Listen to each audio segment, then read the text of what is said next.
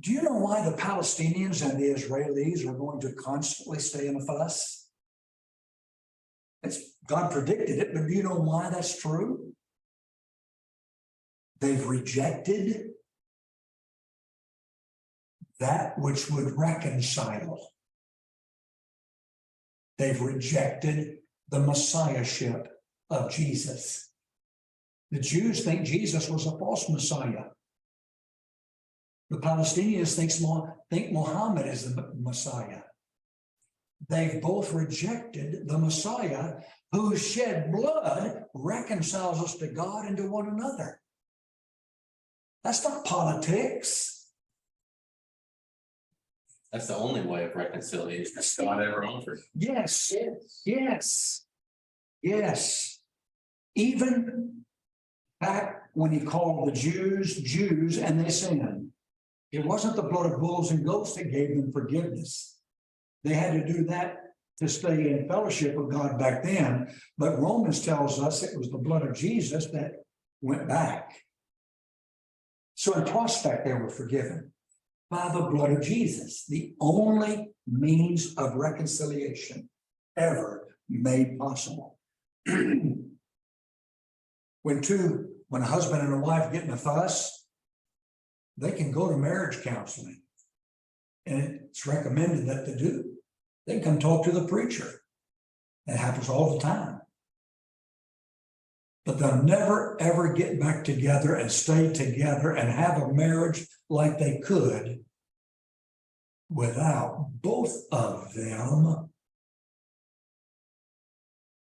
relying on Jesus and his shed blood.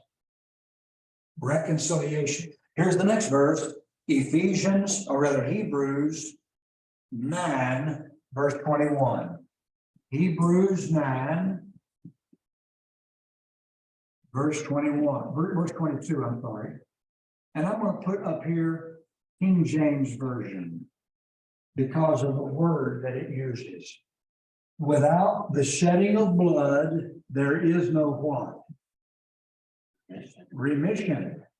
Now, if you're reading more modern translation, the word that is translated in remissions is translated forgiveness. A taking away of sin, forgiveness, is made possible only by the blood of Jesus. Next, we turn to Hebrews 10, verse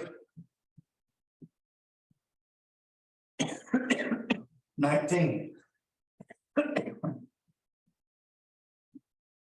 Hebrews 10, verse 19.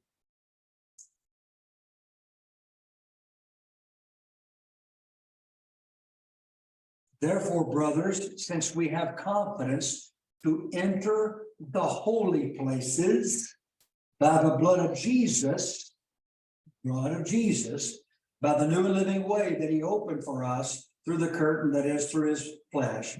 And since we have a great priest over the house of God, let's draw near with a true heart and full assurance. Draw near to God, since we have Jesus as our high priest, and by his blood can enter the holy places. What are the holy places today? The holy places back in Old Testament were what? Man? The temple. Holy, most holy. What was in the most holy place? Ark of the Covenant. What did it represent? The very presence of God. But Jesus did not enter into holy places made with hands, like in pattern to the true, but into heaven itself, there to appear literally before the face of God for us. You take that to Hebrews 10:19, and we have confidence to enter the holy places. We get to go into the very presence of God. How do you do that? prayer. You have Jesus as your high priest, and you get to go into the very presence of God through Jesus, your high priest, and pray and talk to him. You have confidence in doing that. What makes that possible? Blood. Jesus shed blood. And so, supplication, prayer. Remember, that was one of the words for prayer. Supplication, begging God, SS. And I put supplication there instead of prayer because it rhymes with all the other words in front of it. And preachers just like doing that, right? Last of all, no, not last of all. Next, we turn to Hebrews 10. Again, this time verse 29. Hebrews 10, verse 29. And there we read about the blood of the covenant by which we are what? Sanctified, sanctification. And this is a word that means set apart. We dealt with this briefly when we talked about those to whom James wrote his epistle. They're called saints. Saint is the noun, sanctify is the verb. Sanctification is the process. Exodus 13, I think it is. I want to make sure of that. Sanctify. Yes. Exodus 13, what did it say there? Name it. Sanctify to me every firstborn. Yes, verse 2.